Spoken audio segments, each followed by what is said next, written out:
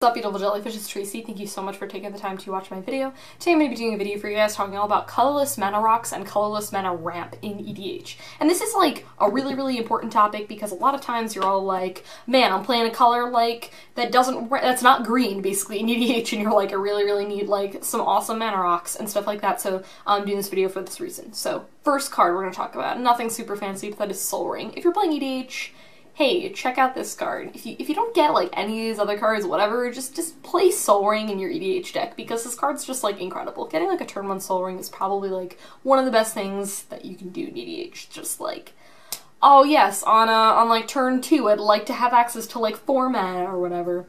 That seems really sweet, so cool.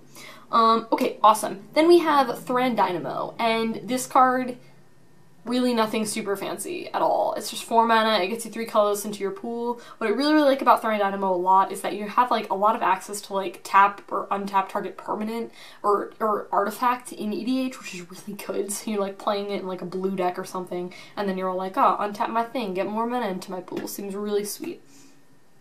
This is one of my all-time favorite cards to ramp. Basically, I run this in like basically all my EDH decks, and that is Burnished Hart. I love this card because it's so sweet, because you get it off like turn 2, turn 3 or whatever, and then turn 4, you crack it, and then you get like 2 basic lands to your battlefield tapped, which is really amazing. So you can do it, it's really good because you can like block with this. It's a really nice blocker early game when someone goes to swing at you, and then you're like, block, sack it in response, take no damage or whatever, so it's like really cool.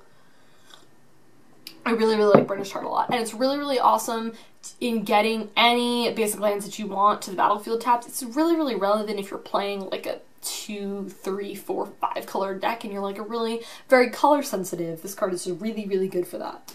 And it's like only cents, which is like really awesome. Then we have, these two cards go hand in hand, so I'll talk about them together. We have Traveler's Amulet and Armillary Sphere. And I really like both of these cards because, again, it takes like a turn to basically set them up or whatever, but it gets you anything that you want to your hand, which is just like really awesome. I'd say out of the two, I prefer Armillary Sphere a little bit better because you just can get like any 2 colors that you need, which is really good. So I like those cards. And then we have Gilded Lotus, and I really like Gilded Lotus because it's like any colors that you want, any single color that you want into your pool, you can have access to, which is like really good. I really like this in like 1, 2 color decks. I mean, I know a lot of people run it in like tricolor decks or whatever, but you know, I like it.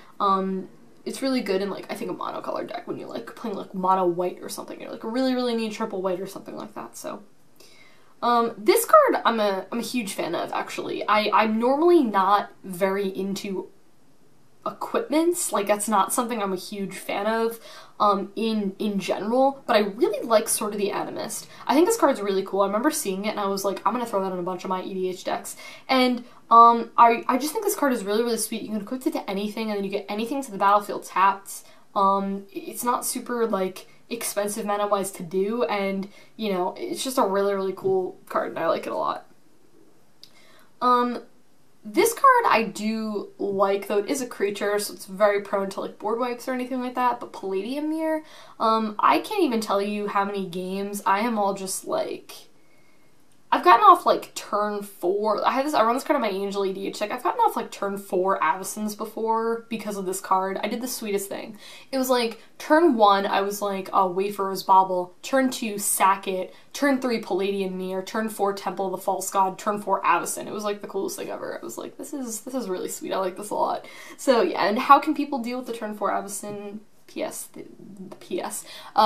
don't deal with turn 4 Avacon. It's really cool. So yeah, Palladium Myr is definitely like really awesome. Like I said, it's prone to board wipes, but you know, it's like, if you can get that off early game and you like get value out of it, it's like whatever.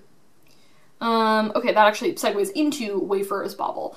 This card is really nothing fancy, but it goes onto the battlefield tapped, which is like really awesome. And again, if you're in like a really tight spot, and especially like if you're strained like financially and you really need mana rocks and you're all like, I don't know what to do, because like Thran Dynamo is like $5 or something, and that's like a lot for you for a magic card. Man, I remember when I was there, and now I'm all like, here's like $50 for this magic card. Oh my gosh, that's awful. Okay. Well, for EDH, for me, I'm much more reasonable. I'm just like, $7 for an EDH card, that's like way too much. Like, I see like some people, I'll look up like deck lists for like my own stuff, and then I'll see the value of the deck, and I'm like, this is way too much for an EDH deck. I'm in like the 100, 200 marks for my EDH decks. $1,000 is way, way too much.